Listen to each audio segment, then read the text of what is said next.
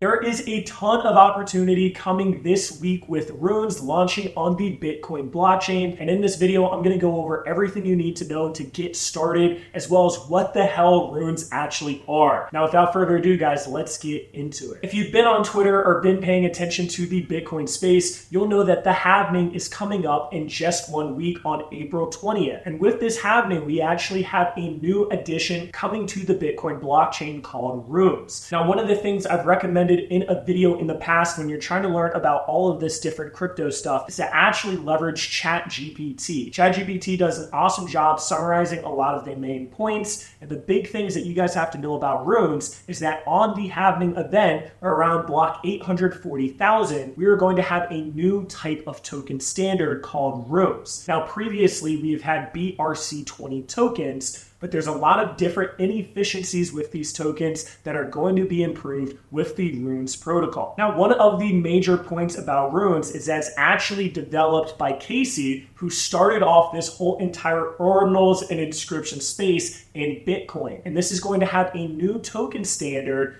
versus the BRC20 tokens that ends up being a lot more efficient. As far as the main key features to note with Runes is that unlike the BRC20 tokens, which are all account-based, which is really inefficient, you've got to have inscriptions just to transfer stuff, you have to have off-chain indexers, all of this stuff. Instead, it is on a UTXO-based model. And because it's on UTXO, you no longer need to rely on these off-chain indexers, and it causes a lot less bloat on all these different transactions that BRC20 is currently doing. One of the big things to note is the increased efficiency and simplicity. Runes are designed to be simpler and more efficient compared to other token standards, and the process begins with an issuance transaction that defines the token symbol, supply, and decimals. The supply of these tokens is assigned to specific UTXOs instead of an account-based model, which can then be split for transfers to different recipients. This process is actually called etching when they set up the different rules for these Runes tokens, and then we're actually going to be able to mint them. So there's going to be some different customization, and projects that start this process or do this etching can also actually just get those tokens themselves and then distribute them a lot easier than before. And the last major key feature of these Runes over BRC20 tokens is that it's a lot more data efficient, and with that data, it could potentially allow for lighter nodes to be verifying all these different transactions versus the more clogged up and congested BRC20 tokens. Now, just as a little bit of background information that people might not be aware of, these BRC20 tokens have been the main fungible tokens that everyone has sort of been trading. But because of that off-chain indexing and because of all of this additional bloat, it isn't very scalable and it isn't very efficient. And now all of a sudden, Casey, the founder of the Runes protocol, is now launching this way more efficient standard using this UTXO model that's solving a lot of these different problems. It's going to allow for much more efficient fungible tokens, such as meme coins, for example, to be traded on Bitcoin. ChatGPT then goes into a little more of a background saying that because of this additional scalability that could potentially come from Runes, we could see way more wide adoption when it comes to all these different protocols or projects or dApps building on the blockchain network. As one of the final major points that I want to bring up is because this Runes protocol is so new and because things are constantly changing in the Bitcoin space in general so quickly, there may not be as much compatibility when it comes to these different wallets as well as centralized exchanges. Now, the Xverse wallet, which I'll get into here, actually already has a test net for Runes, and they're going to go to the mainnet as soon as it goes live. We're already seeing support for Magic Eden and other platforms, as well as some centralized exchanges like OKX saying that they're going to dive deep into this as well as support these different Rune tokens. But in the beginning, there might not be a ton of infrastructure for these different Rune protocols. And we have a lot of projects right now doing the meta of, oh, we're going to mint some sort of inscription or ordinal right now, and then we're going to give you these Runes later. But the actual technical side of this hasn't even been fully explained. And a lot of these projects might be promising something that they don't know how to do. So just be aware of this meta right now where we're having these projects come out. they're promising runes in the future, but they might actually not have the technical background of how to actually do this in the beginning. And it may take a while for different infrastructure-based projects to add that easy support for all these projects that are currently promising it, but might not have the dev experience. That's pretty much the main points that you have to know about runes. A lot of projects have been launching saying that they're going to give runes in the future, and because of all the hype between the halving as well as these more efficient fungible tokens, I think there's going to be some pretty massive opportunities coming over the next few months. And I think this is really going to help Bitcoin scale and have a lot more dApps. Potentially, if the transaction fees get absolutely insane, which I think they will, start to have some of that money flow into different L2s, such as stacks, which I've also covered on this channel. One of the nice things right now, though, is a lot of these different inscriptions that are coming out that say they're going to do runes and trying to cash in on the hype, a lot of them have actually been free or cheap mints. Some of these free mints have been going upwards of $500, $1,000, $2,000, $3,000, $5,000. So it's definitely a situation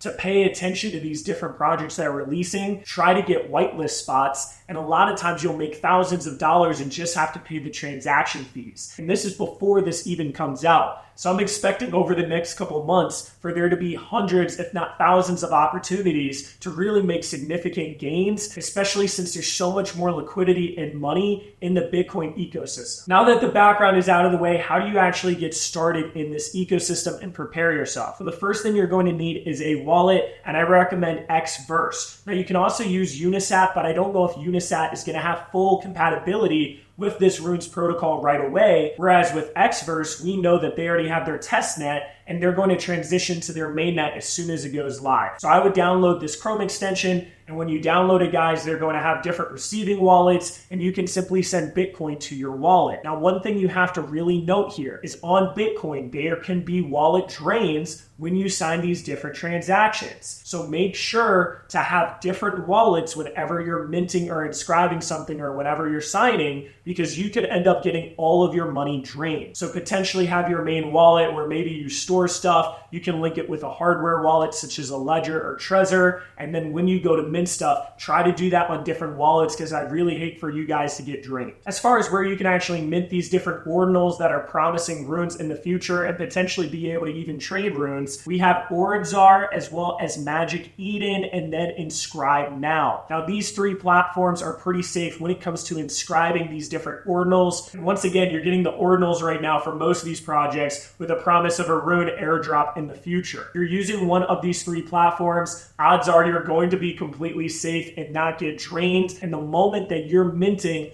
on a site that isn't one of these sites, or maybe it's a new platform that I don't know about, that's when you really have to be careful and make sure you're using an additional wallet that just has money for those funds. Both Magic Eden and Ordzar allow for both mints as well as a marketplace. And one thing to note is that a lot of times when you mint these different ordinals, it will take a while for those to index on these actual marketplaces. So for example, Ape Odyssey by Terminal, you had this whole entire mint process, which most of the time the mint goes very, very fast, guys, but then you might have to wait hours for this to actually be indexed on their marketplace. Now, Magic Eden is a lot more efficient, and a lot of times right after you inscribe or right after you get some of these different ordinals, you're able to see that on the marketplace pretty quickly. But what's interesting about this Ape Odyssey project is you had 1,400 of these actually be inscribed on Magic Eden, and they got listed to the marketplace right away, or they got indexed right away, whereas the additional 3,600 that were minted on Ordzar actually took hours or potentially over a day to be indexed on Magic Eden. So just be careful when you go and buy on the secondary, because not all of the ordinals might be indexed yet, and now all of a sudden you'll have 3-4x the supply and the price will drop when that happens. So just be aware of that. Another thing that I want to show you guys when it comes to Magic Eden is you can actually go to the Bitcoin tab and then you can go to Prerunes. And on this Prerunes tab, you're going to be able to see all these different projects that are promising runes in the future. Now, there's already a lot of projects that are promising Prerunes, and I'll go over them a little bit further in the video. But what I'd recommend is going through some of these projects and learning about them, but being a little hesitant to buying them right now. There's so much hype and so much intensity when it comes to this Runes protocol. And I think when you're buying the secondary for a lot of these projects, there's a chance that you're going to be burned, or there's a chance that someone is promising something and they can't even deliver it because they don't know how to develop it and do the technical side, and it might take a while, like I was saying a little bit earlier in the video. But there's definitely some opportunities to potentially get into some of these, and I'll bring up some of the big ones to pay attention to. For me personally though, I think one of the main strategies you can do if you're trying to make money in this space is just try to find a lot of these projects as early as possible. Get those whitelists. A lot of the mints have been doing crazy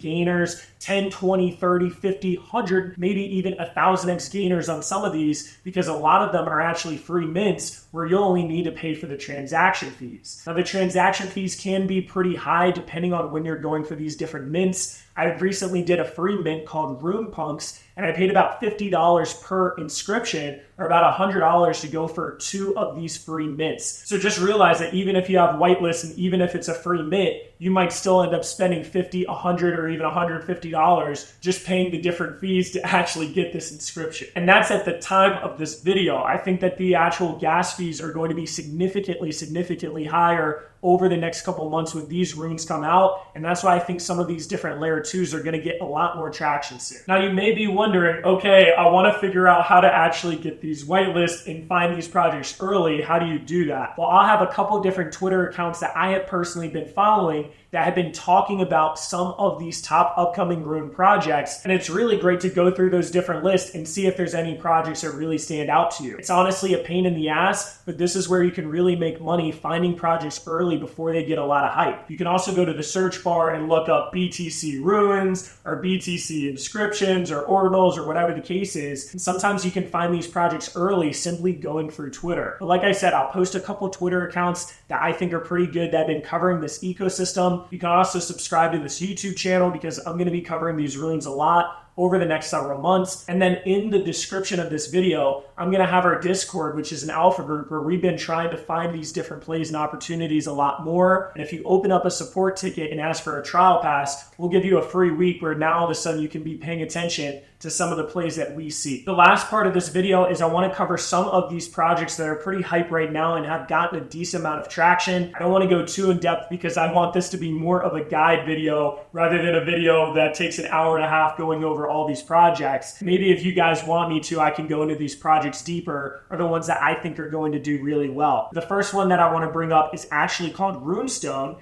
And this was executed by this guy, Leonidas, who's one of the Twitter accounts that I'll put in the description. Now, what's interesting is there's 113,000 of these, something like that. And they did a snapshot in January where if you were holding at least 3 ordinals and hadn't moved them, you actually got airdropped one of these runestones. Now, these runestones are going to have 3 different airdrops in the future. One of them is going to be called Dog, which is going to be the primary meme coin. And a lot of these different projects that have been releasing recently have been whitelisting or blanket whitelisting anyone that owns a runestone. And that's one of the reasons that the price is so high now at around $5,000. And I think at one point it was even closer to $7,000 or $8,000. This is definitely the creme de la creme when it comes into the rune ecosystem. And once again, this is called a pre-rune because they haven't done these airdrops as of yet. The next one that I want to talk about is Rune Pups. Rune Pups have an $11,000 floor. And the big thing with Rune Pups is that they are having the Pups meme coin, and you're going to be able to get this Pups meme coin if you have some of these rune puppets. So they've been getting a crazy amount of hype. A lot of people are excited for that meme token that is going to be coming out. And if you own these different puppets, you're going to be able to get that.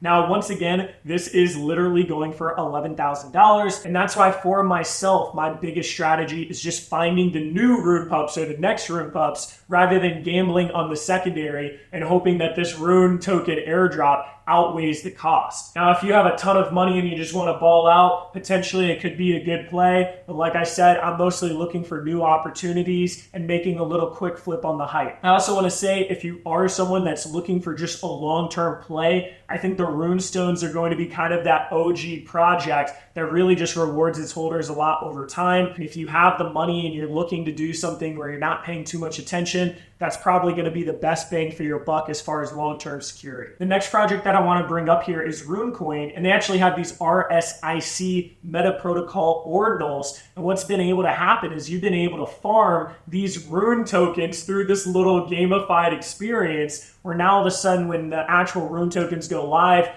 all of your farming rewards are going to be claimable. So this is one of those hyped up ones that some people have been farming for a really long time right now, and it's probably a little too late to get into this, especially because these runes are going to be coming out soon. But for the people that got into this early, they are definitely making a ton of money, and that's why, once again, this ecosystem is so early. It's really important to pay attention now. Rune Terminal is another project that I actually really like. They're doing a lot of infrastructure-based stuff, and they actually just had their mint for these 8 Odysseys a few days ago. This was one of those free mints that are literally going for thousands of dollars. Right now, it's about $1,750, but when they first came out, they were going anywhere from $3,000 to $4,000. So pretty insane. If you had just gotten a whitelist to this, you would have made a few $1,000s absolutely free, or just paying around $40, $50 for a transaction. Now, I'm actually looking at potentially buying some of these on the secondary. My target that I posted in our alpha group was anything below $1,000. Unfortunately, it never really got below $1,000. Right now, it's around $1,500. But if it does get below that $1,000 mark, I may buy some, just because I think that this project is going to build a lot of the needed infrastructure for runes. And if they could be that #1 go-to spot for all these different rune drops, you might be able to now qualify for some of these different tokens with the token that they're going to airdrop to these apes. I wanted to also bring up another example of a free mint that I did that I said earlier in this video called Rune Punks. Now, I have no idea how Rune Punks are going to do, but one of the reasons I wanted to bring them up is that they were only $50 per transaction when it came to gas if you had a whitelist. They went all the way to $1,000, and now they're $600. So there's definitely a lot of opportunities to make major gains without needing a lot of upfront capital. But this is the whole premise and the whole meta of what is going on in this space. You'll have a random project like Rune Punks come in out of nowhere. They announce their project.